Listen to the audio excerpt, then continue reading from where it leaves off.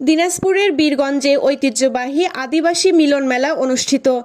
মোহাম্মদ সালাম রাব্বানী, দিনাজপুর প্রতিনিধির ভিডিওচিত্রে বিস্তারিত।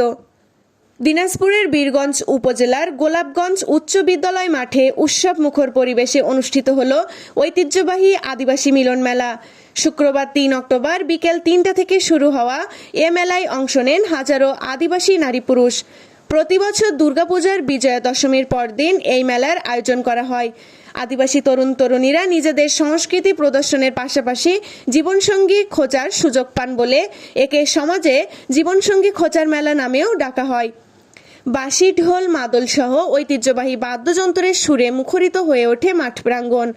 তরুণ তরুণীদের নাচ গান উপভোগ করেন দর্শনার্থীরা। পাশাপাশি হস্তশিল্প, খেলনা ও খাদ্যপণ্যের দোকান মেলায় বাড়তি আনন্দ যোগ করে। কাঞ্চনপুর গ্রামের তরুণী মেরিনা টুডু বলেন, এই মেলায় এসে আমরা নাচ গান পরিবেশন করতে পারি, নতুন বন্ধু পাই, অনেক সময় জীবনসঙ্গীও খুঁজে নেওয়া যায়। নবাবগঞ্জের যুবক মার্কিন হেমব্রম জানান, সারা বছর কঠোর পরিশ্রম করি, এই মেলায় আমাদের সবচেয়ে বড় আনন্দের উপলক্ষ। দিনাজপুর সদরের সুনিতা মুর্মু বলেন, আমাদের ছেলেমেয়েরা যেন এই মেলার মাধ্যমে সংস্কৃতির সাথে যুক্ত থাকে। পরিবার ও বিবাহ বন্ধনেরও মেলার ভূমিকা গুরুত্বপূর্ণ। আদিবাসী প্রবীণ নেতা রবার্ট বাস্কে আবেগঘন কণ্ঠে বলেন, আমাদের সময়েও এই মেলা ছিল বড় উৎসব, আজও সেই ঐতিহ্য বহমান দেখে গর্বিত। বোচাগঞ্জের তরুণী এলিনা সরেন বলেন, মেলায় আসা মানেই আত্মীয় স্বজনের সাথে দেখা আর আনন্দঘন সময় কাটানো, চাই এই মেলা আরও বড় আকারের হোক। অনুষ্ঠানে সভাপতিত্ব করেন আদিবাসী সমাজ উন্নয়ন সম্মতির আহ্বায়ক জোসেফ হেমব্রম।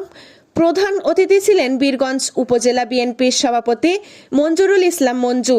তিনি বলেন, আদিবাসী সমাজের এই ঐতিহ্যবাহী মিলন মেলা শুধু বিনোদন নয়, বরং সংস্কৃতি সংরক্ষণের জীবন্ত মাধ্যম।